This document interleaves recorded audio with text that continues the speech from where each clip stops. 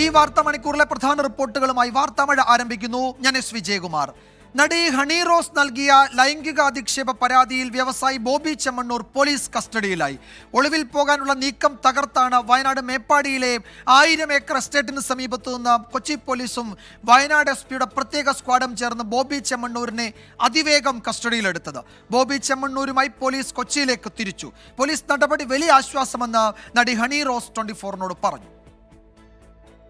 ഒരു ചെറിയ വിഷയമല്ല നമ്മൾ അഡ്രസ് ചെയ്തേക്കുന്നത്. ഞാൻ തന്നെ ഒരു കുറെ കാലങ്ങളായിട്ട് അനുഭവിക്കുന്ന ഒരു ബുദ്ധിമുട്ടാണ്. അതിൽ എന്നെ തള്ളിവിട്ട അതിൽ മെയിൻ ഒരു റീസൺ ഞാൻ വിശ്വസിക്കുന്ന ഒരു വ്യക്തിയാണ് ഇന്നിപ്പം അറസ്റ്റിലായേക്കുന്നത്. അപ്പൊ എന്നെ സംബന്ധിച്ചിടത്തോളം എനിക്ക് ഹ്യൂജ് ഒരു റിലീഫാണ് ഇപ്പൊ കിട്ടുന്നത്. ഞാൻ ഇന്നലെ മുഖ്യമന്ത്രിയോട് സംസാരിക്കാൻ ഒരു അനുവാദം ചോദിച്ചിരുന്നു. എനിക്ക് അദ്ദേഹത്തോട് സംസാരിക്കാൻ കഴിഞ്ഞു.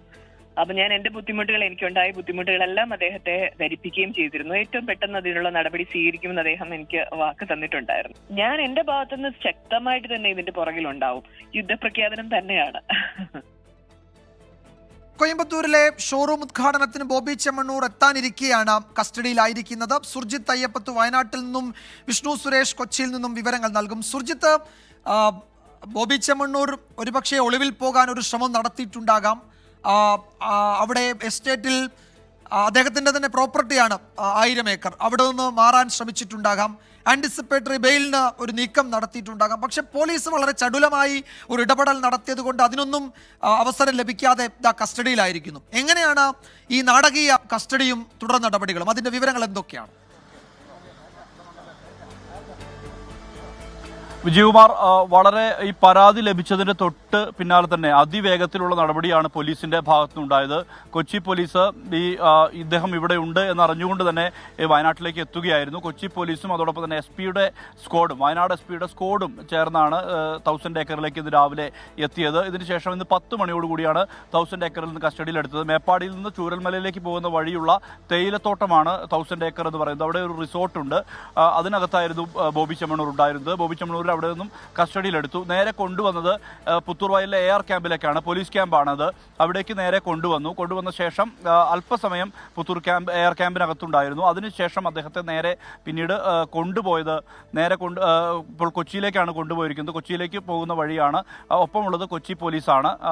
ഇങ്ങനെയാണ് നേരത്തെ ഇവിടെ നിന്നും എങ്ങോട്ടോ പോകാനുള്ള ഒരു നീക്കമാണ് നടന്നിരുന്നത്. ആ പോകാനുള്ള നീക്കത്തിനിടയിലാണ് ഇത്തരത്തിലൊരു കസ്റ്റഡി ഉണ്ടായിരിക്കുന്നത്. എന്തായാലും ഈ പരാതി ലഭിച്ചതിന്റെ പിന്നാലെ തൊട്ടടുത്ത ദിവസം തന്നെ വേഗത്തിൽ തന്നെ നടപടി വേഗത്തിലായി എന്നുള്ളതാണ് ഏറ്റവും പ്രധാനപ്പെട്ട കാര്യം. അദ്ദേഹത്തെ കസ്റ്റഡിയിലെടുത്ത് നിലവിൽ കൊച്ചിയിലേക്ക് കൊണ്ടുപോയിരിക്കുകയാണ്.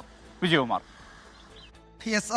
സുർജിത്താണ് വിവരങ്ങൾ നൽകിയത്. ഒരു തരത്തിൽ പറഞ്ഞാൽ നാടകീയ നീക്കങ്ങൾ പോലീസിന്റെ ഭാഗത്തുനിന്നുണ്ടായി. പരാതി ലഭിച്ചതിന് തൊട്ടു പിന്നാലെ പോലീസ് ഇടപെടൽ നടത്തുകയും അവിടെ നിന്ന് മാറുന്നതിന് ബോബിക്ക് അവസരം ലഭിച്ചതുമില്ല. അത് വളരെ നാടകീയമായി തന്നെ പോലീസ് ഇടപെട്ടു.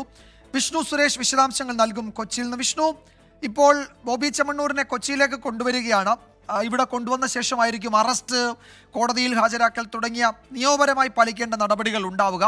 കൂടുതൽ വിവരങ്ങൾ എന്തൊക്കെയാണ്? അന്വേഷണത്തിന് ഒരു പ്രത്യേക ടീമിനെ തന്നെ നിയോഗിച്ചിട്ടുണ്ടല്ലോ. വളരെ ഗൗരവത്തിൽ തന്നെ ഈ പരാതിയിൽ ഒരു ഇടപെടൽ കൊച്ചി പോലീസിൽ നിന്നുണ്ടായിട്ടുണ്ട് അല്ലേ?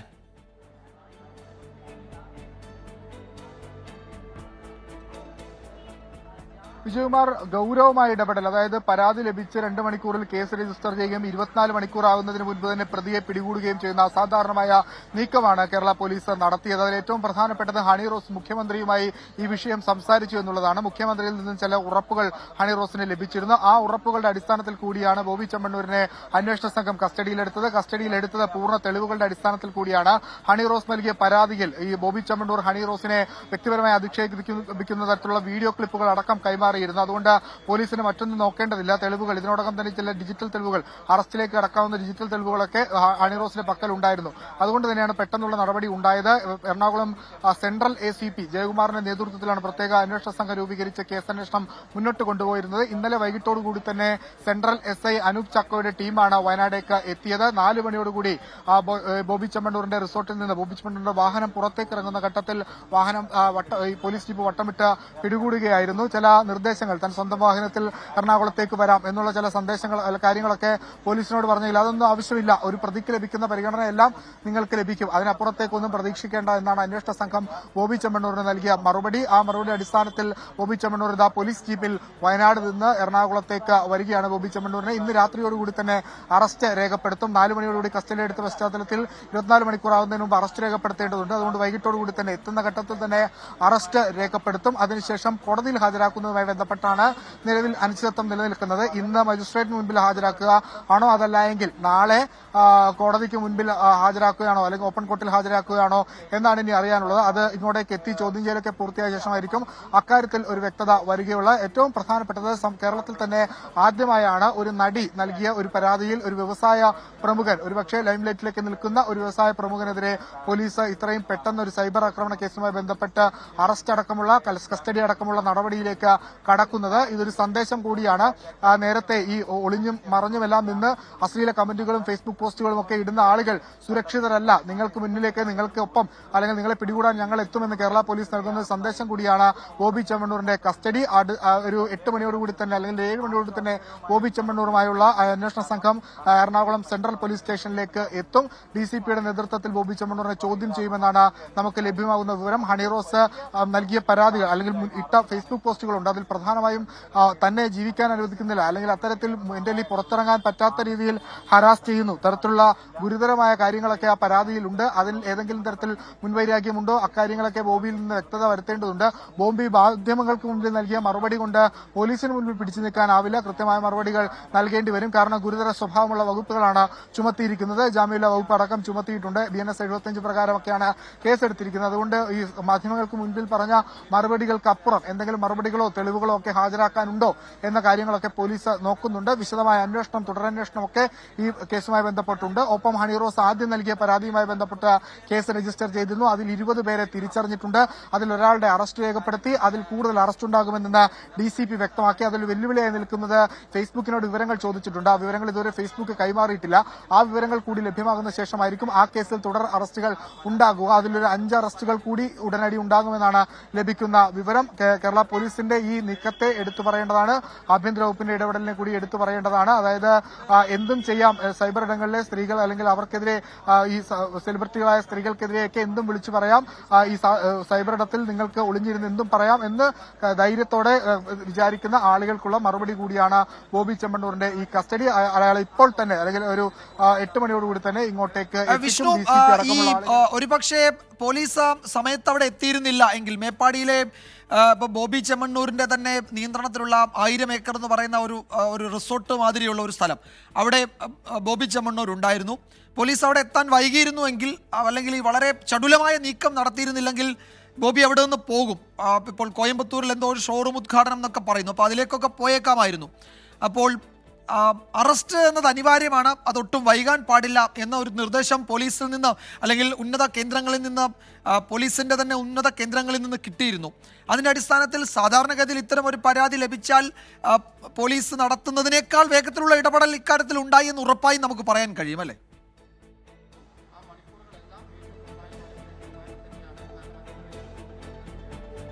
വിജയകുമാർ മുഖ്യമന്ത്രിയുടെ ഓഫീസ് ഡയറക്റ്റ് ഇടപെട്ടു, അല്ലെങ്കിൽ മുഖ്യമന്ത്രി ഡയറക്റ്റ് ഈ വിഷയത്തിൽ ഇടപെട്ടിട്ടുണ്ട്. ഹണിറോസുമായി സംസാരിച്ച ശേഷം അദ്ദേഹം ചില ഉറപ്പുകൾ നൽകിയിട്ടുണ്ട്. ആ ഒരു ഉറപ്പിന്റെ പശ്ചാത്തലത്തിലാണ് ഇത്ര പെട്ടെന്ന് അറസ്റ്റിലേക്ക് കടന്നത് എന്നുള്ള കാര്യത്തിൽ ഒരു തർക്കവുമില്ല, അത് ഉറപ്പിച്ച് പറയാനാകും.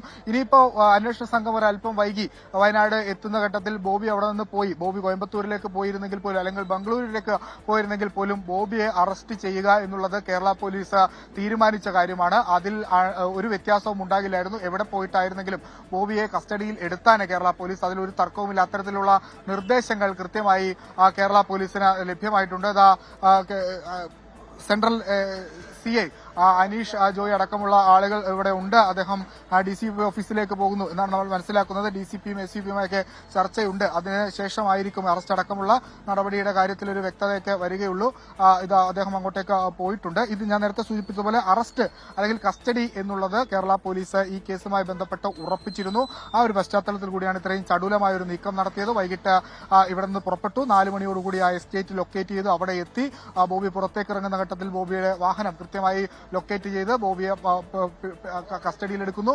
അതിനുശേഷം ബോബിയുമായി AR ക്യാമ്പിൽ പോയി ഇതാ ഇപ്പോൾ അവിടെ നിന്ന് തിരിച്ചു വരികയാണ്. ബോബി എങ്ങോട്ടേക്കാണ് പോകാൻ രക്ഷപ്പെടാൻ ഉദ്ദേശിച്ചിരുന്നത് എന്നുള്ള കാര്യത്തിലൊക്കെ ഒരു വ്യക്തത വരേണ്ടിയിരിക്കുന്നു. നമ്മൾ മനസ്സിലാക്കുന്നതനുസരിച്ച് അദ്ദേഹം അഭിഭാഷകനുമായി സംസാരിച്ചിട്ടുണ്ട്. മുൻകൂർ ജാമ്യാപേക്ഷയ്ക്ക് ഫയൽ ചെയ്യാൻ ആവശ്യപ്പെട്ടിട്ടുണ്ടായിരുന്നു.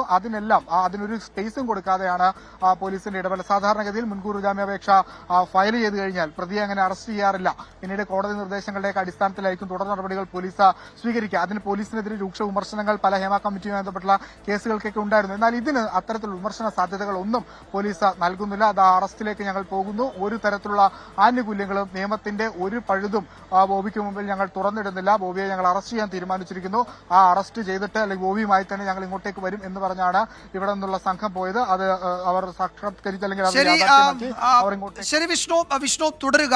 ഇതിൽ ചില പ്രതികരണങ്ങൾ കൂടി വന്നിട്ടുണ്ട്. ഹണി റോസിന്റെ പരാതിയിൽ വ്യവസായി ബോബി ചെമ്മണ്ണൂരിനെ അറസ്റ്റ് ചെയ്ത നടപടി സ്വാഗതാർഹമെന്ന് മന്ത്രി ഡോക്ടർ ആർ ബിന്ദു പറഞ്ഞു. ഹണി റോസ് മാത്രമല്ല, നിരവധി സ്ത്രീകൾ സമൂഹ മാധ്യമങ്ങളിലൂടെ അപമാനിക്കപ്പെടുന്നുണ്ട്. സാംസ്കാരിക ദാരിദ്ര്യത്തിന്റെ തെളിവാണ് ഇത്തരം പ്രവർത്തനങ്ങളെന്നും മന്ത്രി പറഞ്ഞു. ആ പ്രതികരണത്തിലേക്ക് നമ്മുടെ സാമൂഹ്യ മാധ്യമങ്ങളൊക്കെ വലിയ രീതിയിൽ സ്ത്രീകളെ അപലപിക്കാനും വളരെ മോശമായ രീതിയിലുള്ള കമന്റുകളിലൂടെ അശ്ലീല പരാമർശങ്ങളിലൂടെയൊക്കെ സ്ത്രീവിരുദ്ധമായ നിലയിൽ ഉപയോഗിക്കാനുമുള്ള ഒരു ഇടങ്ങളായിട്ട് പലരും തെറ്റിദ്ധരിക്കുന്നുണ്ട്. ഇത് ഹണി റോസിന്റെ കാര്യത്തിൽ മാത്രമല്ല, സാമൂഹ്യ മാധ്യമങ്ങൾ എന്ന പൊതു ഇടം പരിശോധിച്ചാൽ നമുക്ക് വളരെ ക്ലിയർ ആയിട്ട് കാണാൻ സാധിക്കും. സ്ത്രീകളാണെങ്കിൽ ഏത് നേതൃത്വപരമായ പങ്കുവഹിക്കുന്നവരായിക്കോട്ടെ, അവരെ ഇകഴ്ത്തി കാണിക്കുന്ന തരത്തിലുള്ള മോശപ്പെട്ട കമന്റുകൾ വ്യാപകമായിട്ട് നമുക്ക് കാണാൻ സാധിക്കും. അത് നമ്മുടെ മലയാളിയുടെ ഒരു സാംസ്കാരിക ദാരിദ്ര്യം കൂടി പ്രകടമാക്കുന്നു എന്നാണ് എനിക്ക് തോന്നുന്നത്. ഇപ്പോഴൊരു പ്രധാനപ്പെട്ട വിവരം കൂടി വരുന്നുണ്ട്. പോലീസിൽ ഹണി റോസ് പരാതി നൽകിയതിന് പിന്നാലെ കേസെടുത്തു പോലീസ്. അതിനുശേഷം ഈ വ്യവസായി ബോബി ചെമ്മണ്ണൂർ ബംഗളൂരുവിലേക്ക് കടക്കാൻ ശ്രമിച്ചു എന്ന വിവരമാണ് വരുന്നത്. കോയമ്പത്തൂരിലെ ഷോറൂം ഉദ്ഘാടനം കഴിഞ്ഞ് ബംഗളൂരുവിലേക്ക് ബോബി ചെമ്മണ്ണൂർ പോകാൻ തീരുമാനിച്ചിരുന്നു.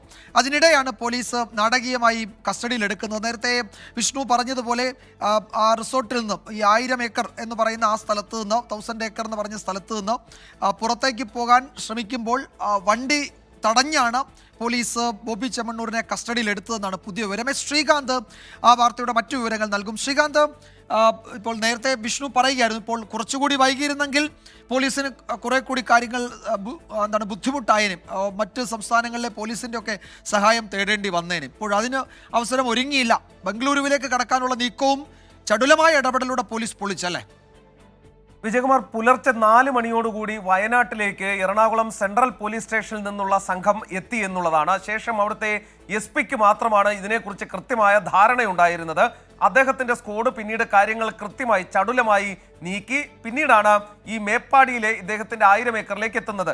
ഇദ്ദേഹം ബംഗളൂരുവിലേക്ക് കടക്കാൻ തയ്യാറെടുപ്പ് നടത്തിയിരുന്നു എന്നുള്ളത് ഏറ്റവും ഒടുവിൽ നമുക്ക് കിട്ടുന്ന വിവരം. കാരണം കോയമ്പത്തൂരിലെ ഇദ്ദേഹത്തിന്റെ ഒരു ഷോറൂം ഉദ്ഘാടനം കഴിഞ്ഞ് അദ്ദേഹം കടക്കാനാണ്, അങ്ങോട്ടേക്ക് നീങ്ങാനാണ് നിശ്ചയിച്ചിരുന്നത്. ഇതിനിടെ പോലീസ് എത്തുന്ന വിവരം ബോബി ചെമ്മണ്ണൂരിന് ചോർന്നു കിട്ടി. ഇതിന്റെ അടിസ്ഥാനത്തിൽ അദ്ദേഹം അവിടെ നിന്നും രക്ഷപ്പെടാൻ ശ്രമിക്കുമ്പോഴാണ് ഈ കസ്റ്റഡിയിലേക്കൊക്കെ പോകുന്നത്. അദ്ദേഹം മുൻകൂർ ജാമ്യാപേക്ഷയുമായി നീങ്ങാൻ അഭിഭാഷകനുമായി അടക്കം ചർച്ച നടത്തിയിരിക്കുകയാണ് ഉണ്ടായത്. ബംഗളൂരുവിൽ ഇരുന്നു കൊണ്ട് ഈ ജാമ്യമെടുത്ത ശേഷം, മുൻകൂർ ജാമ്യമെടുത്ത ശേഷം തിരികെ എത്തുക എന്നുള്ളതായിരുന്നു അദ്ദേഹത്തിന്റെ പദ്ധതി. പക്ഷേ അത് സെൻട്രൽ പോലീസ് പൊളിച്ച് കയ്യിൽ കൊടുത്തു എന്നുള്ളതാണ് ഏറ്റവും പ്രധാനപ്പെട്ട കാര്യം. ഇതിനിടെ കൊച്ചിയിലേക്ക് സ്വന്തം വാഹനത്തിൽ യാത്ര ചെയ്യാൻ അദ്ദേഹം അനുമതി തേടി.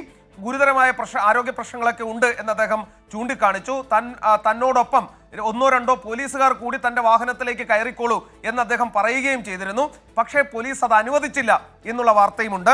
ലൈംഗിക അധിക്ഷേപ കേസിലെ പ്രതിക്ക് നൽകുന്ന പരിഗണന മാത്രമേ നൽകാനാകൂ എന്ന് പോലീസ് മറുപടി നൽകി. ഒപ്പം മുഖ്യമന്ത്രിയുടെ ഓഫീസിന്റെ ഇടപെടൽ ഈ കേസിലുണ്ട് എന്നുള്ള കാര്യം ബോബി ചെമ്മണ്ണൂരിനെ ധരിപ്പിക്കുകയും ചെയ്തിട്ടുണ്ട് പോലീസ്. അതിനാൽ അവിടെ മുതൽ ഇവിടെ വരെ പോലീസിന്റെ ബൊലേറോ വാഹനത്തിൽ ബോബി ചെമ്മണ്ണൂർ യാത്ര ചെയ്യണം.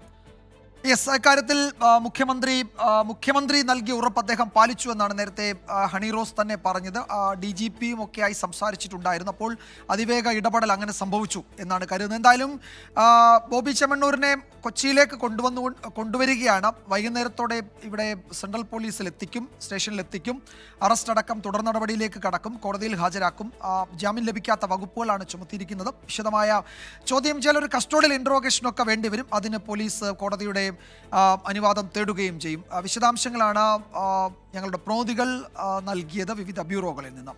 24-ന്റെ പ്രത്യേക ക്യാമ്പയിൻ തുടരുന്നു. സൈബർ ബലിയാടുകൾ.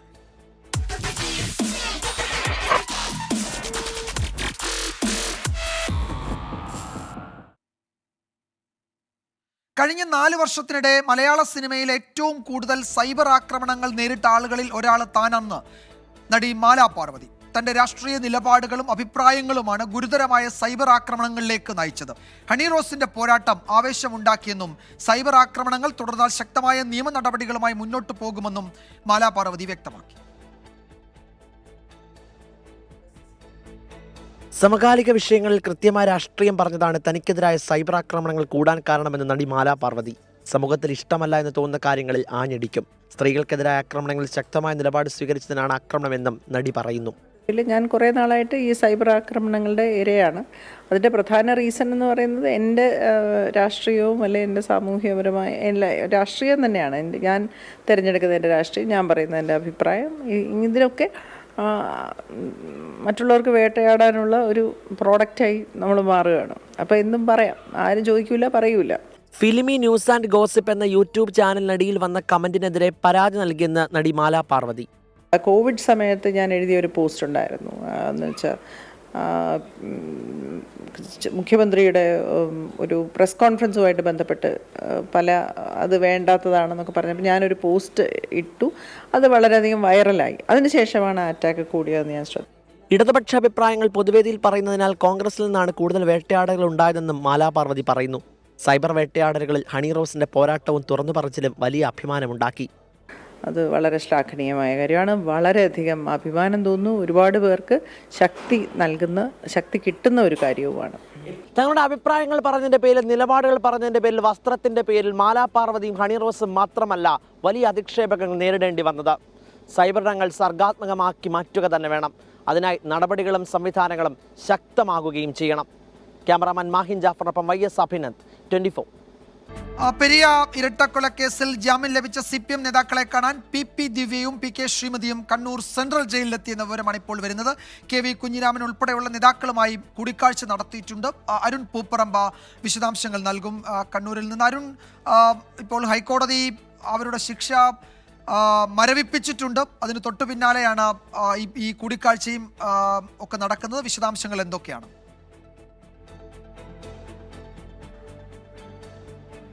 വിജയകുമാർ, ഞാനിപ്പോൾ ഉള്ളത് കണ്ണൂർ സെൻട്രൽ ജയിലിൻ്റെ മുന്നിലാണ്. അല്പസമയം മുമ്പാണ് CPM നേതാക്കളായ PK ശ്രീമതി, അതോടൊപ്പം തന്നെ PP ദിവ്യ എന്നിവർ ഇവിടെ ഈ ജയിലിലേക്ക് എത്തിയത്. പെരിയ കേസിലെ പ്രതികളെ കാണുന്നതിന് വേണ്ടിയിട്ടാണ് ഇരുവരും എത്തിയത്. ഇപ്പോൾ ആ സന്ദർശനം നടന്നുകൊണ്ടിരിക്കുകയാണ്. CPM നേതാക്കൾ, കേസിലെ പ്രതികളായിട്ടുള്ള KV കുഞ്ഞിരാമൻ, K മണികണ്ഠൻ ഉൾപ്പെടെയുള്ളവരെയാണ് സന്ദർശിക്കുന്നതിന് വേണ്ടി എത്തിയതാണ് എന്നതാണ് നമുക്ക് ലഭിക്കുന്ന വിവരം. ഇതുവരെ ഈ സന്ദർശനം പൂർത്തിയായിട്ടില്ല. നേരത്തെ നമുക്കറിയുന്ന പോലെ തന്നെ ഈ കേസിലെ 4 പ്രതികളുടെ ശിക്ഷ മരവിപ്പിച്ചുകൊണ്ടുള്ള കോടതി ഉത്തരവ് ഉൾപ്പെടെ പുറത്തു വന്നിരുന്നു. അതിന് തൊട്ടു പിന്നാലെയാണ് CPM നേതാക്കൾ PP ദിവ്യ, അതോടൊപ്പം തന്നെ PK ശ്രീമതി ഉൾപ്പെടെയുള്ള നേതാക്കൾ ഇങ്ങോട്ടെത്തി ഈ പ്രതികളെ സന്ദർശിച്ചത്. അതിനു മുമ്പ് കാസർഗോഡ് CPM-ന്റെ ജില്ലാ നേതാക്കളും ഇങ്ങോട്ട് എത്തിച്ചേർന്നിരുന്നു. അവരും ഈ പ്രതികളെ സന്ദർശിക്കുന്നതിന് വേണ്ടി ഇവിടെ എത്തിയിരുന്നു. CPM-ന്റെ ജില്ലാ കമ്മിറ്റി അംഗങ്ങൾ ഉൾപ്പെടെ ആ സംഘത്തിലുണ്ടായിരുന്നു. അവരിപ്പോഴും ഇവിടെയുണ്ട്. ഒരുപക്ഷെ ഇന്ന് ഇവരുടെ റിലീസിംഗ് ഉണ്ടാകാനുള്ള സാധ്യത കൂടിയുണ്ട്. അതുകൂടി കണക്കിലെടുത്ത് കാസർഗോഡ് നിന്നുൾപ്പെടെയുള്ള വന്നിട്ടുള്ള CPM നേതാക്കൾ, മറ്റ് പ്രവർത്തകരൊക്കെ ഈ കണ്ണൂർ സെൻട്രൽ ജയിലിന് മുന്നിലുണ്ട്. അങ്ങനെ കൂടുതൽ നേതാക്കൾ നമുക്ക് ലഭിക്കുന്ന വിവരം അനുസരിച്ച് ഇന്ന് റിലീസിംഗ് ഉണ്ടെങ്കിൽ CPM-ന്റെ ജില്ലാ സെക്രട്ടറിയും അതോടൊപ്പം തന്നെ മറ്റ് ഈ ജില്ലയിലെ തന്നെ മറ്റ് നേതാക്കളെല്ലാം ഈ ജയിലിലേക്ക് എത്തും. അവർക്ക് ഈ റിലീസിംഗിന്റെ സമയത്ത് അങ്ങനെയാണെങ്കിൽ ഇപ്പോൾ ഹൈക്കോടതി അനുകൂല ഉത്തരവ് ലഭിച്ച പശ്ചാത്തലത്തിൽ ഇവരുടെ ജയിൽ മോചനം ഇന്ന് തന്നെ ഉണ്ടാകും. അങ്ങനെയാണെങ്കിൽ സെൻട്രൽ ജയിലിന് മുന്നിൽ അവിടെ നിന്ന് ഒരു പക്ഷേ കൂടുതൽ നേതാക്കൾ ഒക്കെ അവിടേക്ക് എത്തി അവരെ ജയിലിന് പുറത്തൊരു സ്വീകരണമൊക്കെ, അത്തരം സാധ്യത കൂടി കാണുന്നുണ്ടല്ലേ? ഇപ്പോൾ നേതാക്കൾ അവിടെ തുടരുകയാണെന്ന് അരുൺ നേരത്തെ സൂചിപ്പിച്ചല്ലോ.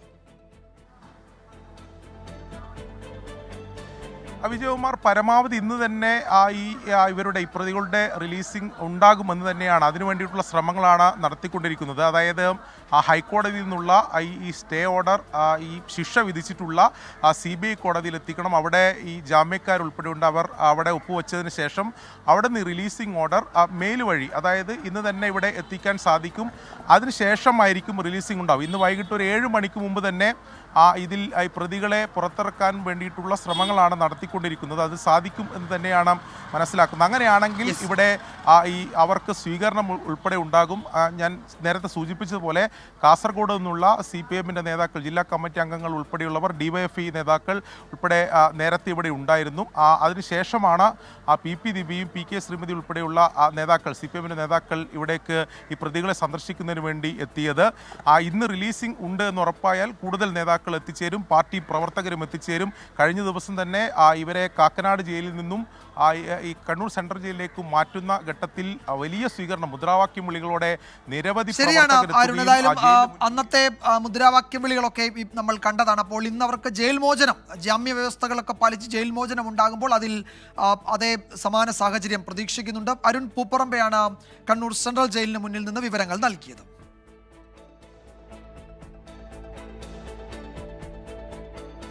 കാസർഗോഡ് പെരിയ ഇരട്ടക്കൊല കേസിൽ CPM നേതാക്കൾ ഉൾപ്പെടെ 4 പ്രതികളുടെ ശിക്ഷ ഹൈക്കോടതി സ്റ്റേ ചെയ്തു. മുൻ MLA KV കുഞ്ഞിരാമൻ അടക്കമുള്ള പ്രതികളുടെ 5 വർഷം ശിക്ഷയാണ് സ്റ്റേ ചെയ്തത്. ഹൈക്കോടതി ജാമ്യം നൽകിയതോടെ പ്രതികൾക്ക് ഇന്ന് തന്നെ ജയിൽ മോചിതരാകാൻ കഴിയും. KV Kunhiraman, K Manikandan, Raghavan Velutholi, KV Bhaskaran എന്നിവരുടെ ശിക്ഷയാണ് ഹൈക്കോടതി സ്റ്റേ ചെയ്തത്. BNS അനുസരിച്ച് 2 വർഷം വരെ മാത്രം ശിക്ഷ ലഭിക്കാവുന്ന കുറ്റമാണെന്ന് വിലയിരുത്തിയാണ് ഹൈക്കോടതി നടപടി. ചെറിയ കാലയളവിലെ ശിക്ഷാവിധികൾ മരവിപ്പിക്കുന്നത് സംബന്ധിച്ച് സുപ്രീംകോടതിയുടെ മാർഗനിർദ്ദേശങ്ങളുണ്ട്. ഈ സാഹചര്യത്തിൽ ശിക്ഷാവിധി മരവിപ്പിക്കുന്നു എന്നും ഹൈക്കോടതി വ്യക്തമാക്കി. കോടതി വിധിക്കെതിരെ നിയമപരമായി പോരാടുമെന്ന് കൃപേഷിന്റെ പിതാവ് കൃഷ്ണനും സാക്ഷികളുടെ സുരക്ഷയിൽ ആശങ്കയുണ്ടെന്ന് ശരത് ലാലിന്റെ പിതാവ് സത്യനാരായണനും പ്രതികരിച്ചു. ഇത് നമ്മൾക്കൊരു ഭീഷണിയാണ്, ഈ കുടുംബത്തിനൊക്കെ ഒരു ഭീഷണി. ഇവരൊക്കെ ഒരു ഗുണ്ടാ ലിസ്റ്റിൽപ്പെട്ട അതേ ഈ കൊല ചെയ്ത പോലെ തന്നെ ഇവരും ഗുണ്ടാ ലിസ്റ്റിൽപ്പെട്ട നേതാക്കന്മാരാണ്. ഇവർ എന്ത് ചെയ്യാനും മടിക്കൂല. ഈ ജാമ്യത്തിൽ ഇറങ്ങി വന്ന് ഇന്ന ഏത് കുടുംബക്കാരെ എതിരെ ഇവർ കുതിര കയറുമെന്ന് നമുക്കറിയില്ല. സാക്ഷി പറയാതാക്കും, അതിന് വേണ്ടുന്ന പരിപാടികളൊക്കെ നടത്തും. അതുകൊണ്ട് ഇപ്പോൾ ഇവർക്കെതിരെ സാക്ഷി പറഞ്ഞിട്ടുണ്ടെങ്കിൽ അവർക്കെതിരെ ഭീഷണി ഉണ്ടാകാനുള്ള സാധ്യതയുണ്ട്. ഇവരിൽ ആശങ്കയുണ്ട് ഈ കാര്യത്തിലൊക്കെ. കേസിൽ പ്രതികൾ നൽകിയ അപ്പീൽ ഫയലിൽ സ്വീകരിച്ച് ഹൈക്കോടതി CBIക്ക് നോട്ടീസ് അയച്ചിട്ടുണ്ട്. 225 IPC പ്രകാരം പ്രതികൾ കുറ്റം ചെയ്തതായി തെളിഞ്ഞതോടെ കീഴ്ക്കോടതി നേരത്തെ പ്രതികളെ 5 വർഷം തടവിനും 10,000 രൂപ പിഴയ്ക്കും ശിക്ഷിച്ചിരുന്നു. ജസ്റ്റിസുമാരായ PB സുരേഷ് കുമാർ, ജോബിൻ സെബാസ്റ്റ്യൻ എന്നിവർ ഉൾപ്പെട്ട ഡിവിഷൻ ബെഞ്ചാണ് അപ്പീലുകൾ പരിഗണിച്ചത്. എസ് ശ്രീകാന്ത്, 24, കൊച്ചി. അതേസമയം ഹൈക്കോടതി വിധി ആശ്വാസകരമാണ് എന്ന് CPM സംസ്ഥാന സെക്രട്ടറി MV ഗോവിന്ദൻ പറഞ്ഞു. കേസിൽ സത്യസന്ധമായ നടപടിയാണ് കോടതിയിൽ നിന്നുണ്ടായത്. ഗൂഢാലോചന നടത്തിയെന്ന CBI വാദം കോടതി അംഗീകരിച്ചിട്ടില്ല എന്നും MV ഗോവിന്ദൻ വ്യക്തമാക്കി. പെരിയ കൊലക്കേസ് പാർട്ടിയുമായിട്ട് ബന്ധപ്പെട്ട ഒന്നല്ല. അതിൽ ശരിയല്ലാത്ത നിലപാട് സ്വീകരിച്ചവർക്കെതിരായിട്ട് പാർട്ടി നടപടി സ്വീകരിച്ചിട്ടുണ്ട്. എന്നാൽ അതിനെ രാഷ്ട്രീയ രൂപത്തിലേക്ക് മാറ്റുന്നതിന് വേണ്ടിയാണ് UDF-ഉം BJP ഉൾപ്പെടെയുള്ള രാഷ്ട്രീയ പാർട്ടികളും അതിൻ്റെ തുടർച്ചയായി CBIയും ശ്രമിച്ചത്. അത് വളരെ ആശ്വാസകരമായ ഒരു കാര്യമാണ്, സത്യസന്ധമായ ഒരു കാര്യമായിട്ടാണ് ഞങ്ങൾ കാണുന്നത്. കേസ് എന്ന രീതിയിൽ കൈകാര്യം ചെയ്ത് മുമ്പോട്ടേക്ക് പോവുകയും ചെയ്യും. വാർത്താമഴയിലേക്ക് വീണ്ടും സ്വാഗതം. വയനാട് DCC ട്രഷറർ NM വിജയന്റെയും മകന്റെയും മരണത്തിന് പിന്നാലെ ഉയർന്ന സാമ്പത്തിക ആരോപണങ്ങളിൽ IC ബാലകൃഷ്ണൻ MLAക്ക് സംരക്ഷണം ഒരുക്കുകയാണ് KPCC നേതൃത്വം. നിയമനക്കോഴ ആരോപണങ്ങളിൽ പോലീസ് പ്രതി ചേർത്ത പ്രാദേശിക നേതാക്കൾക്കെതിരെ നടപടിയെടുത്ത് മുഖം രക്ഷിക്കാനാണ് നേതൃത്വത്തിന്റെ ആലോചന. IC ബാലകൃഷ്ണന്റെ രാജി ആവശ്യപ്പെട്ട് പ്രതിഷേധം ശക്തമാക്കുകയാണ് CPIM. NM വിജയന്റെ കുടുംബത്തിന്റെ താൽപര്യത്തിനൊപ്പമുണ്ടാകുമെന്നായിരുന്നു KPCC അധ്യക്ഷൻ K സുധാകരന്റെ ഉറപ്പ്. എന്നാൽ കുടുംബം പുറത്തുവിട്ട NM വിജയന്റെ കത്തിൽ ഗുരുതര ആരോപണമുള്ള MLA IC ബാലകൃഷ്ണന്റെയും DCC അധ്യക്ഷൻ ND അപ്പച്ചന്റെയും കാര്യത്തിൽ KPCC നേതൃത്വത്തിന് ആ നിലപാടല്ല. IC ബാലകൃഷ്ണനെ മാറ്റി നിർത്തിയുള്ള അന്വേഷണമുണ്ടാകില്ലെന്ന് ഇന്ന് ജില്ലയിലെത്തിയ KPCC അന്വേഷണ സംഘത്തിന്റെ വാക്കുകളിൽ ഇത് വ്യക്തമാണ്. മാറ്റി നിർത്തൽ അത് KPCC ആണ് തീരുമാനിക്കേണ്ടത്. IC ബാലകൃഷ്ണനെ മാറ്റി നിർത്തിയാൽ അന്വേഷണത്തിൽ അദ്ദേഹം നിരപരാധിയാൻ തെളിയിച്ചാൽ അദ്ദേഹത്തിന് ആ സ്ഥാനം നമുക്ക് കൊടുക്കാൻ വേണ്ടി കഴിയില്ല. ഇത് നീതി കിട്ടിയിട്ടില്ല എന്നുള്ളതാണ് കുടുംബം പറയുന്നത്. ഇപ്പോഴും അത് പരിശോധിക്കേണ്ട വിഷയമാണ്. കുടുംബത്തിന്റെ പരാതികളും പരിഭവങ്ങളും വളരെ ഗൗരവത്തിലാണ് കേരളത്തിലെ കോൺഗ്രസ് നേതൃത്വം വീക്ഷിക്കുന്നത്. അതേസമയം നിയമനക്കോഴ ആരോപണങ്ങളിൽ പോലീസ് പ്രതിചേർത്ത പ്രാദേശിക നേതാക്കൾക്കെതിരെ നടപടിയെടുക്കുന്നത് നേതൃത്വത്തിന്റെ ആലോചനയിലുണ്ട്. താളൂർ സ്വദേശി പത്രോസ്, പുൽപ്പള്ളി സ്വദേശി സായൂജ് എന്നിവരുടെ പരാതികളിൽ UK പ്രേമൻ, CT ചന്ദ്രൻ, മണ്ണിൽ സക്കറിയ, ജോർജ് കുര്യൻ തുടങ്ങിയവരാണ് പ്രതികൾ. IC ബാലകൃഷ്ണന്റെ രാജി ആവശ്യപ്പെട്ട് പ്രതിഷേധം ശക്തമാക്കുകയാണ് CPIM. അടിയന്തരമായി IC ബാലകൃഷ്ണൻ രാജിവെക്കാൻ വേണ്ടി തയ്യാറാവണം. അതോടൊപ്പം തന്നെ ഈ പരാമർശിക്കപ്പെട്ട 3 പേർക്കെതിരെയും അതുപോലെ തന്നെ കൂട്ടാളികൾക്കെതിരെയും ശക്തമായ നടപടി ഉണ്ടാകേണ്ടതായിട്ടുണ്ട്. അവരെ അറസ്റ്റ് ചെയ്യണമെന്ന് തന്നെയാണ് CPIM ആവശ്യപ്പെടുന്നത്.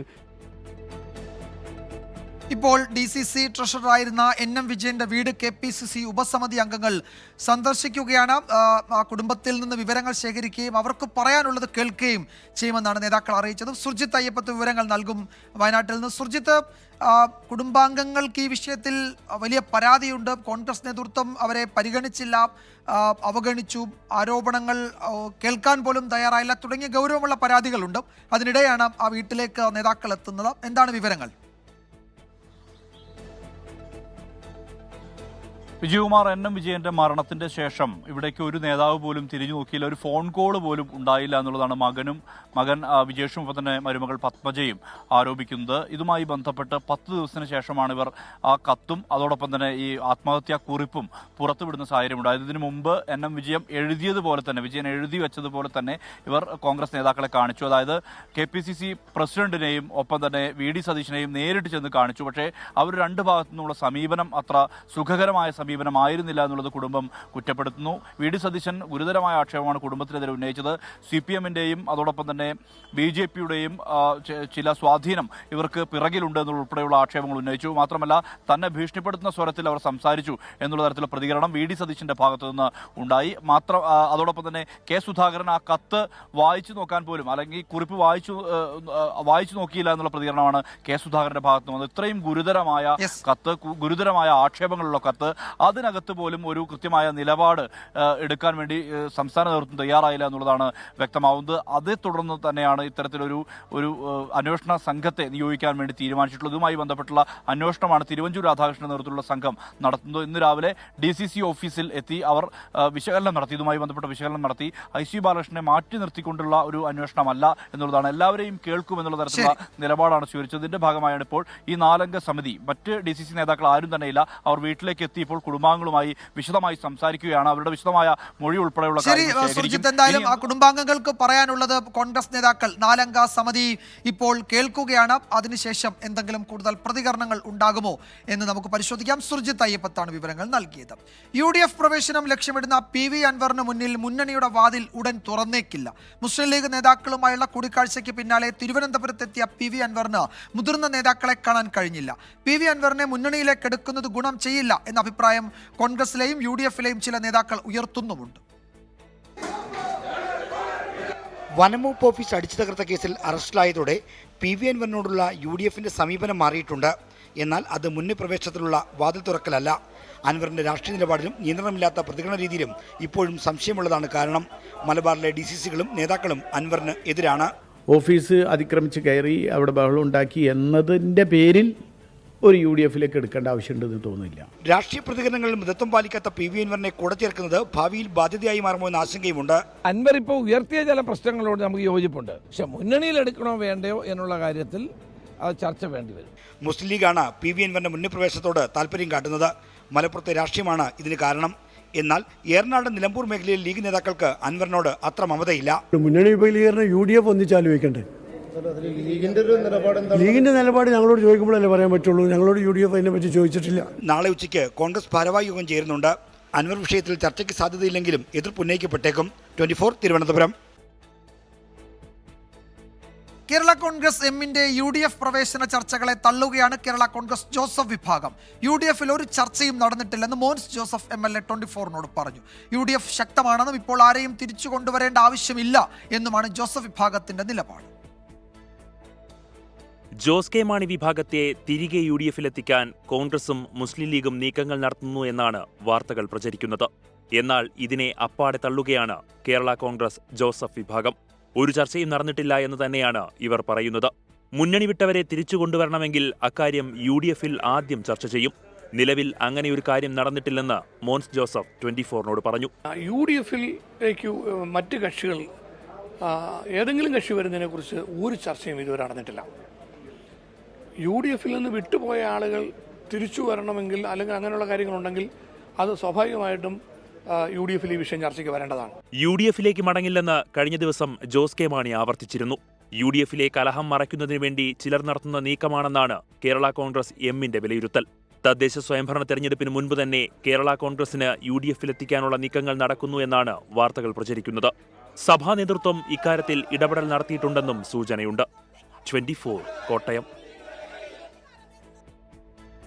സംസ്ഥാനത്ത് ഇന്ന് വ്യത്യസ്ത വാഹനാപകടങ്ങളിൽ നിരത്തിൽ പൊലിഞ്ഞത് 4 ജീവനുകൾ. കണ്ണൂർ മട്ടന്നൂരിൽ കാറും ബസ്സും കൂട്ടിയിടിച്ച് 2 പേർ മരിച്ചു. വടക്കാഞ്ചേരിയിൽ KSRTC ബസ് ഓട്ടോറിക്ഷയുടെ പിന്നിലിടിച്ച് 4 വയസ്സുകാരിക്ക് ദാരുണാന്ത്യം. കാരടിയിൽ നിയന്ത്രണം വിട്ട് ബൈക്ക് മറിഞ്ഞ് യുവാവ് മരിച്ചു.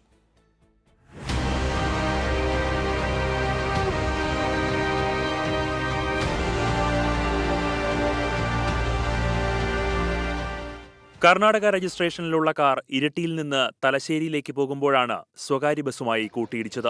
അപകടത്തിൽ ഉളിക്കൽ സ്വദേശികളായ ബീന, ലിജോ എന്നിവർ മരിച്ചു.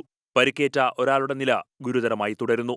ബീനയുടെ മകൻ ആൽബിന്റെ വിവാഹത്തിനുള്ള വസ്ത്രം വാങ്ങി കൊച്ചിയിൽ നിന്ന് വീട്ടിലേക്ക് മടങ്ങുന്നതിനിടെയാണ് അപകടമുണ്ടായത്. തൃശൂർ വടക്കാഞ്ചേരി ഓട്ടുപാറയിൽ അമിതവേഗത്തിലെത്തിയ KSRTC ബസ് ഓട്ടോറിക്ഷയ്ക്ക് പിന്നിലിടിച്ചാണ് 4 വയസ്സുകാരി മരിച്ചത്. മുള്ളൂർക്കര സ്വദേശിനി നൂറ ഫാത്തിമയാണ് മരിച്ചത്. ഒപ്പമുണ്ടായിരുന്ന പിതാവ് ഉന്നൈസ്, ഭാര്യ റൈഹാനത്ത് എന്നിവർക്ക് പരിക്കേറ്റു. പരിക്കേറ്റ റൈഹാനത്ത് ഗർഭിണിയാണ്. KSRTC ബസിന്റെ അമിതവേഗതയും ഡ്രൈവറുടെ അശ്രദ്ധയുമാണ് അപകടത്തിന് കാരണമെന്ന് വ്യക്തമാക്കുന്ന CCTV ദൃശ്യങ്ങൾ 24-ന് ലഭിച്ചു.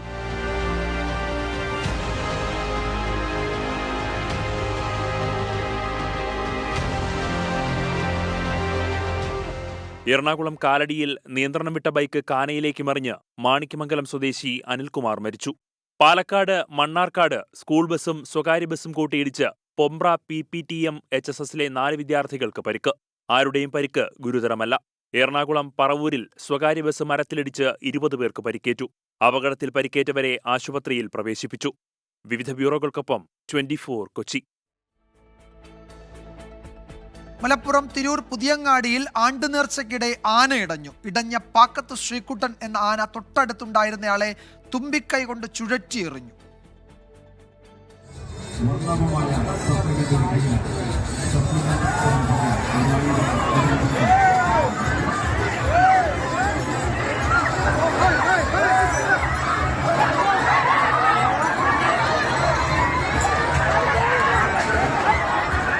ഇടഞ്ഞ പാക്കത്ത് ശ്രീകുട്ടൻ എന്ന ആന സമീപത്തുണ്ടായിരുന്നയാളെ തുമ്പിക്കൈ കൊണ്ടെടുത്ത് ചുഴറ്റി തൂക്കിയെറിഞ്ഞു. ഗുരുതരമായി പരിക്കേറ്റയാളെ കോട്ടക്കൽ മിംസ് ആശുപത്രിയിൽ പ്രവേശിപ്പിച്ചു. ഇയാൾ തീവ്രപരിചരണ വിഭാഗത്തിൽ ചികിത്സയിലാണ്.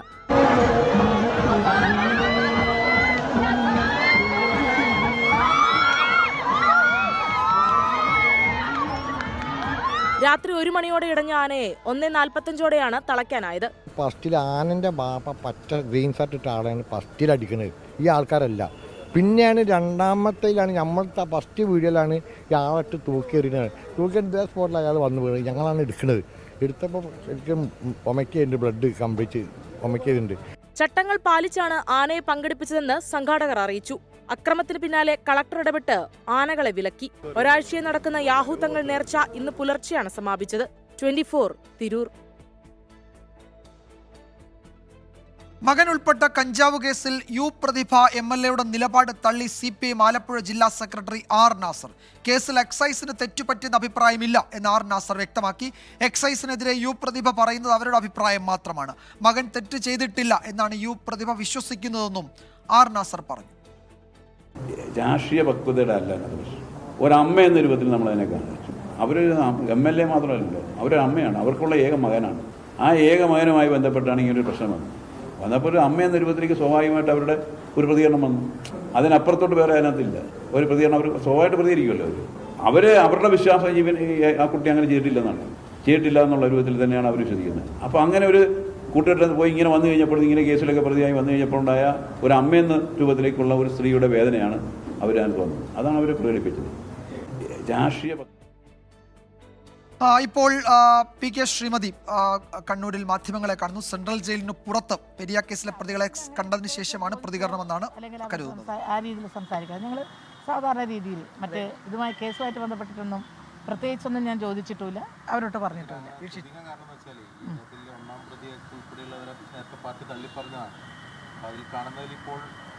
ഞങ്ങൾ അവരിപ്പോൾ അവരെ കാണുന്നത് ഇതിലെ മനുഷ്യത്വരാണല്ലോ.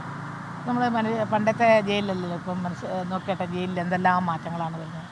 മാറ്റങ്ങൾ വരുന്നത് തന്നെ ഇവിടെ വരുന്ന ശിക്ഷിക്കപ്പെട്ടവർക്ക് ഏറ്റവും നല്ല രീതിയിലുള്ള പെരുമാറ്റവും ഏറ്റവും നല്ല രീതിയിലുള്ള ഭക്ഷണവും അവർക്ക് ജോലി, അവർക്ക് നല്ല കൂലി എന്നൊക്കെയുള്ള രീതിയിലുള്ള മാറ്റങ്ങൾ വന്നുകൊണ്ടിരിക്കുകയാണ്. ഇവിടെ വന്നു എന്നുള്ളത് കൊണ്ട് കാണാൻ പാടില്ല എന്നുള്ളത് ആരും പറഞ്ഞിട്ടില്ലല്ലോ. ഞാൻ സത്യം പറയട്ടെ, ഞാൻ കഴിഞ്ഞ 2 വർഷം മുൻപ് എല്ലാ വർഷവും ക്രിസ്മസിന് ഞാൻ ഇവിടെ വന്നുകൊണ്ടിരുന്ന ഒരാളാണ്. ഇവിടെ അതിൽ ഏതെന്നില്ലാതെ ഞാൻ എല്ലാവരെയും കഴിയുന്നത്ര നല്ലൊരു ശതമാനം ആളുകളെ ക്രിസ്മസ് ദിവസം ഇവിടെ വരികയും സ്നേഹത്തിൻ്റെ സന്ദേശം ലോകമാകെ കൊടുക്കേണ്ടുന്ന ഒരു ആശംസ കൊടുക്കേണ്ടുന്ന ഒരു ദിവസമാണല്ലോ. ഞാൻ എല്ലാ ക്രിസ്മസ് ദിവസവും നമ്മുടെ ബിഷപ്പ് തിരുമേനിയുടെ ഒന്നിച്ച് ഞാൻ പ്രത്യേകിച്ച് ഇവിടെ വരികയും കേക്ക് മുറിക്കുകയും കുടിക്കുകയും ഒക്കെ ചെയ്യുന്ന ഒരാളാണ്. ഇപ്പം 2-3 വർഷമായിട്ട് മഹിളാ അസോസിയേഷൻ്റെ ഓൾ ഇന്ത്യ പ്രസിഡൻ്റായിട്ട് പല സ്ഥലത്തും പോകേണ്ടതുകൊണ്ട് എനിക്കിവിടെ നിന്നും അങ്ങനെ വരാൻ പറ്റുന്നില്ല. ഞാനിവിടെ ഒരു വർഷത്തിൽ ഒരു തവണ ചുരുങ്ങിയത് ഞാനിവിടെ വരാറുണ്ടായിരുന്നു.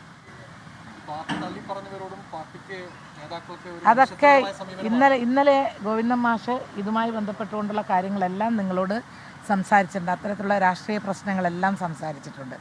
എന്നോട് നിങ്ങളിപ്പോൾ ചോദിച്ചത് നിങ്ങൾ അവരെ കണ്ടു, അവരോട് മറ്റ് കാര്യങ്ങൾ അതൊന്നും ചോദിച്ചില്ല. പിന്നെ 4 പേരെ ഇപ്പം പ്രത്യേകിച്ച് പറഞ്ഞ ഹൈക്കോടതിയിൽ നിന്ന് സ്റ്റേ കിട്ടി. അത് തീർച്ചയായിട്ടും അത് നമ്മളെല്ലാം പ്രതീക്ഷിക്കുന്ന ഒന്നാണ്. അതാണ് ഞാൻ പറഞ്ഞത്. അത് ഇന്നലെ ഗോവിന്ദൻ മാഷ് പറഞ്ഞിട്ടുണ്ട് നിങ്ങളോട്, പാർട്ടിയുടെ അഭിപ്രായം. അത് ഞാൻ വ്യക്തി എന്നുള്ളത് ഞാനിപ്പോൾ വന്നിട്ടുള്ളത് പെരിയ കേസിലെ പ്രതികളെ ജയിലിലെത്തി സന്ദർശേഷമാണ് പി കെ ശ്രീമതി മാധ്യമങ്ങളെ കണ്ടത്. ഇപ്പോൾ തിരുവഞ്ചൂർ രാധാകൃഷ്ണൻ കൽപ്പറ്റയിൽ മാധ്യമങ്ങളെ കാണുന്നുണ്ട്. ഞങ്ങളുടെ ഉത്തരവാദിത്തം എന്താ? ഞങ്ങളുടെ KPCC ഉപസമിതിയുടെ ഭാഗമായി കുടുംബത്തിനെ ആശ്വസിപ്പിക്കുക എന്നുള്ളതാണ്. ആ ആശ്വാസത്തിന് പല മാർഗങ്ങളെക്കുറിച്ച് ഞങ്ങളുടെ മനസ്സിലുണ്ട്. അതെല്ലാം പക്ഷേ വേറെ ചില തലങ്ങളിൽ കൂടി സംസാരിച്ചതിന് ശേഷം മാത്രമേ ഞങ്ങൾക്ക് പരസ്യമായി പറയാൻ പറ്റൂ. ഈ അന്വേഷണത്തിന്റെ കാര്യമല്ല പറയുന്നത്. പാർട്ടി തുടക്കത്തിൽ നേതാക്കന്മാരെ വന്നു കണ്ട് ഇവർ 10 ദിവസത്തോളം കാത്തു നിന്നു. പാർട്ടി തലത്തിൽ അനുഭവപൂർവ്വമായ നിലപാടെടുക്കുമെന്നാണ് വിചാരിച്ചിരുന്നത്. പക്ഷെ അതുണ്ടായില്ല. അതുകൊണ്ട് അവർക്ക് പരസ്യമായിട്ട് ഈ അതുകൊണ്ടാണ് KPCC പ്രസിഡന്റ് അതെല്ലാം അച്ചടക്ക സമിതിയുടെ ചെയർമാൻ തിരുവഞ്ചൂർ രാധാകൃഷ്ണനെ തന്നെ നേതൃത്വം ഏൽപ്പിച്ചുകൊണ്ട് ഞങ്ങളെ 4 പേരെ ഈ കാര്യത്തിന് KPCC വർക്കിംഗ് പ്രസിഡന്റ് TN പ്രതാപനെയും എന്നെയും അതുപോലെ തന്നെ ജയന്തിനെയും ചുമതല ഏൽപ്പിച്ചത് ഈ കാര്യങ്ങളുടെ ഗൗരവം മനസ്സിലാക്കിക്കൊണ്ട് തന്നെയാണ്. KPCC പ്രസിഡന്റിനെ ഇവിടെ നിന്ന് വിജയേട്ടന്റെ കുടുംബാംഗങ്ങൾ കണ്ട സമയത്ത് തന്നെ അദ്ദേഹം എന്നെ വിളിച്ചു. എനിക്ക് വയനാട് ജില്ലയുടെ ചാർജുള്ള കോൺഗ്രസിന്റെ രാഷ്ട്രീയകാര്യ സമിതി അംഗമാണ്. എന്നെ അപ്പോൾ തന്നെ വിളിച്ചു. സണ്ണി, എന്നെ ഇവർ വന്ന് കണ്ടിരുന്നു, ആ കാര്യത്തിൽ ഗൗരവ ബുദ്ധി അന്വേഷിക്കണം, ആവശ്യമായ നടപടി. DCC ട്രഷററുടെ ആത്മഹത്യയുമായി ബന്ധപ്പെട്ട ആരോപണങ്ങളിൽ അന്വേഷണത്തിന് നിയോഗിച്ച KPCC സമിതിയാണ് മാധ്യമങ്ങളെ കാണുന്നത്. ആ വീട്ടിൽ പോയി കുടുംബാംഗങ്ങളെ സന്ദർശേഷമുള്ള പ്രതികരണങ്ങളാണ്. അതിൽ ബാക്കി കാര്യങ്ങളൊക്കെ പാർട്ടിയെ അറിയിക്കുമെന്നാണ് തിരുവഞ്ചൂർ രാധാകൃഷ്ണൻ ഉൾപ്പെടെയുള്ള നേതാക്കൾ അറിയിക്കുന്നത്. ഇനി നോക്കാം ശരണം സന്നിധാനം. സൈക്കിൾ പ്യൂർ അഗർബത്തി ശരണം സന്നിധാനം സമർപ്പിക്കുന്നത് അഗർബത്തി എന്നാൽ സൈക്കിൾ.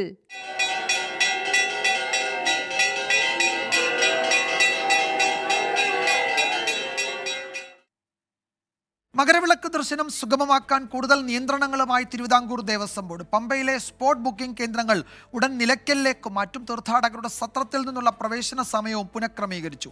അടുത്ത ചൊവ്വാഴ്ചയാണ് മകരവിളക്ക്. സന്നിധാനത്തെ ഇന്നത്തെ ചടങ്ങുകൾ നോക്കാം. BLM housing cooperative society limited ശബരിമലയിലെ ചടങ്ങുകൾ സമർപ്പിക്കുന്നത് Bharat Lajna multi state housing cooperative society limited.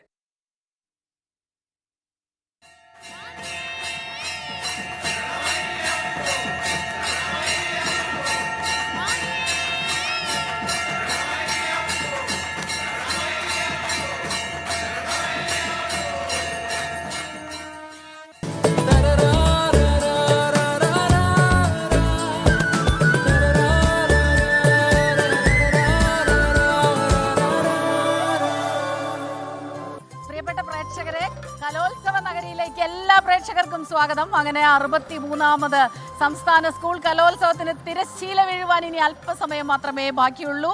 പല മത്സരങ്ങളും, ചൂടേറിയ മത്സരങ്ങൾ അവസാന ലാപ്പിലേക്ക് കടക്കുമ്പോൾ നടന്നുകൊണ്ടിരിക്കുകയാണ്.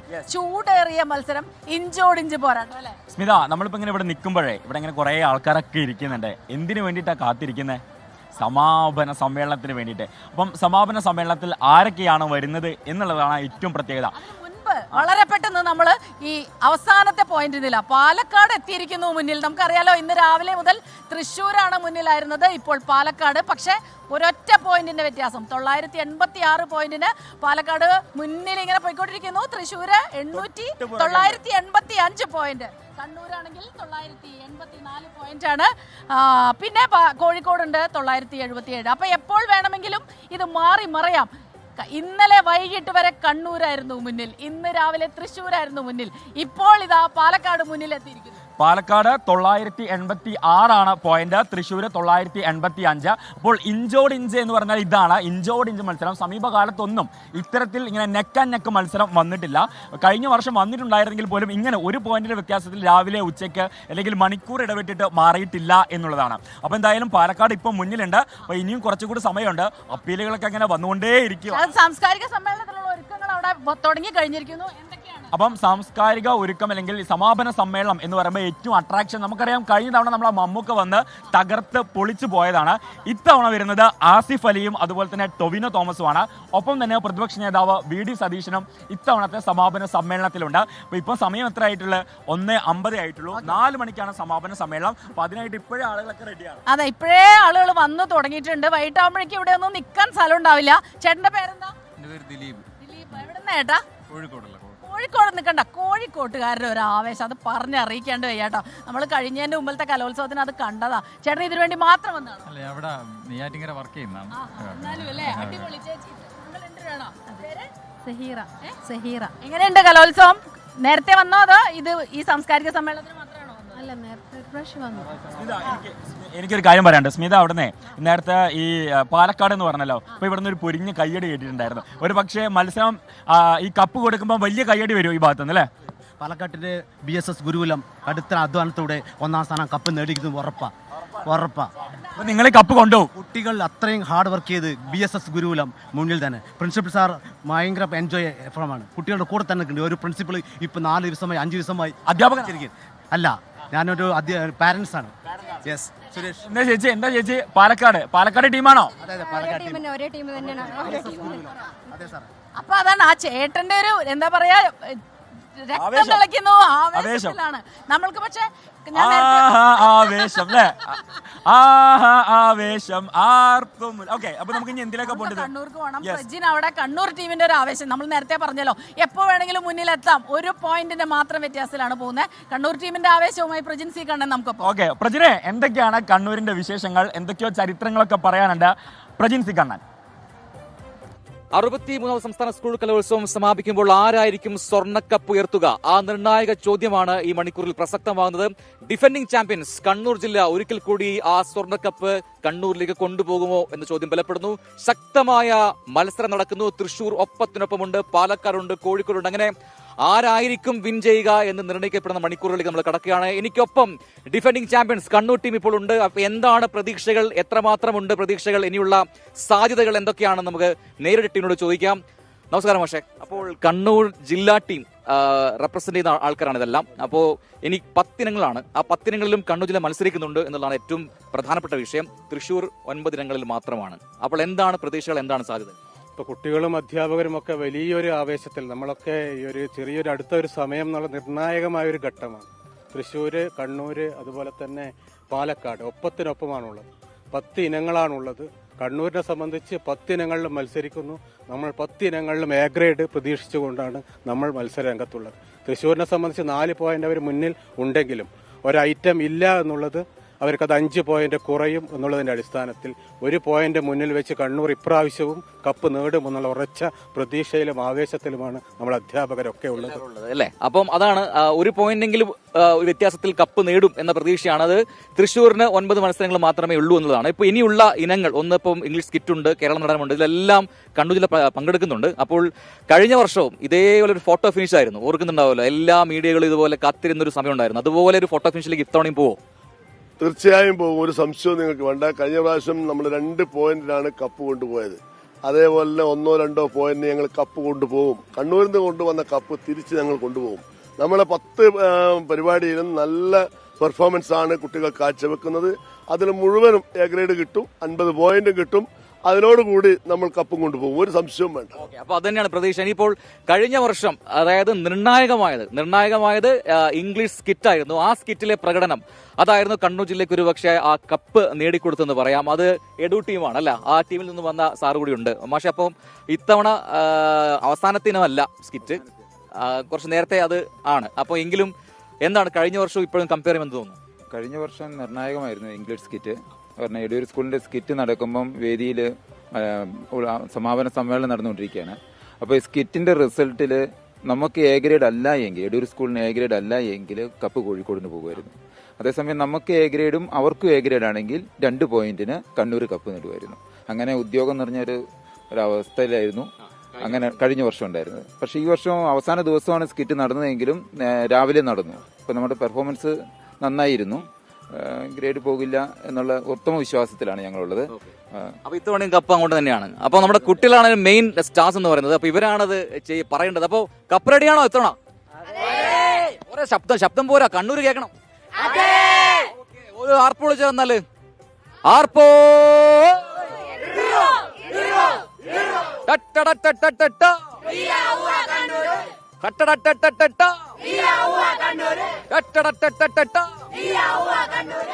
അപ്പൊ തന്നെയാണ് കണ്ണൂർ ജില്ലാ ടീം തികഞ്ഞ പ്രതീക്ഷയിലാണ്. ഇത്തവണയും കപ്പ് വിട്ടുകൊടുക്കില്ല. അത് 1 പോയിന്റ്, 2 പോയിന്റ് അല്ലെങ്കിൽ 3 പോയിന്റ്, 5 പോയിന്റ്, അത് എത്രയാണെങ്കിലും കപ്പ് ഉറപ്പായും കണ്ണൂരിലേക്കാണെന്ന് ഉറച്ചു പറയുന്നു കണ്ണൂർ ജില്ലാ ടീം.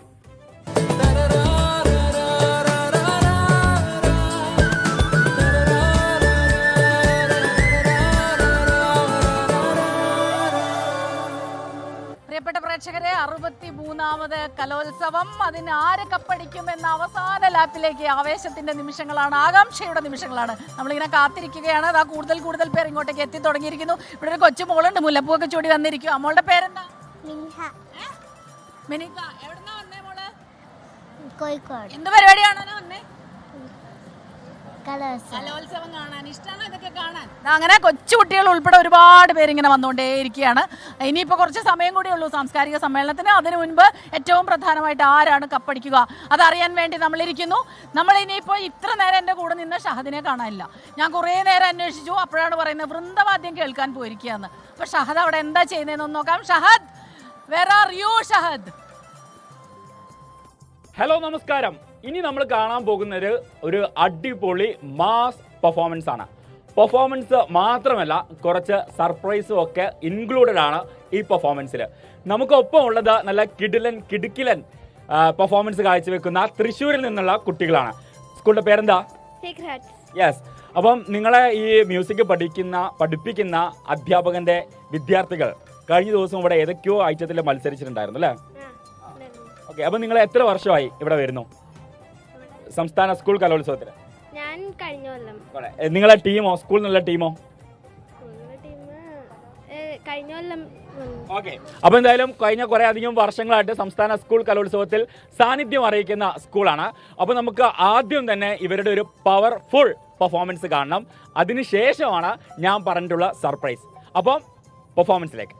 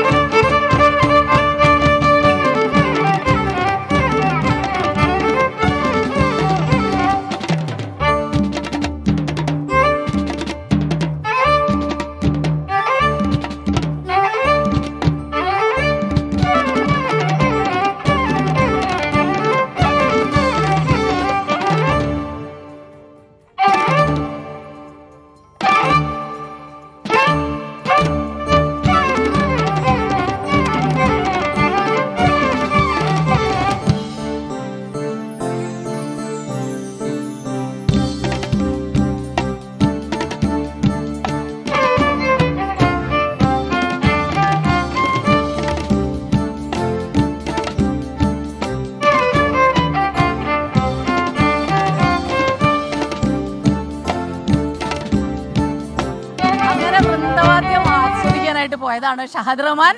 മനോഹരമായ വൃന്ദവാദിയല്ല, അടിപൊളിയാണ്. ആവേശം ഇങ്ങനെ കൊട്ടിക്കയറിയിരിക്കുകയാണ്. നമ്മൾ തൃശ്ശൂർ പൂരത്തിനെ കുറിച്ച് പറയില്ലേ, ആവേശം കൊട്ടിക്കയറുന്നു, പൂരം കൊട്ടിക്കയറുന്നു. അതുപോലെ അവസാന നിമിഷങ്ങളിലേക്ക് കടക്കുകയാണ്.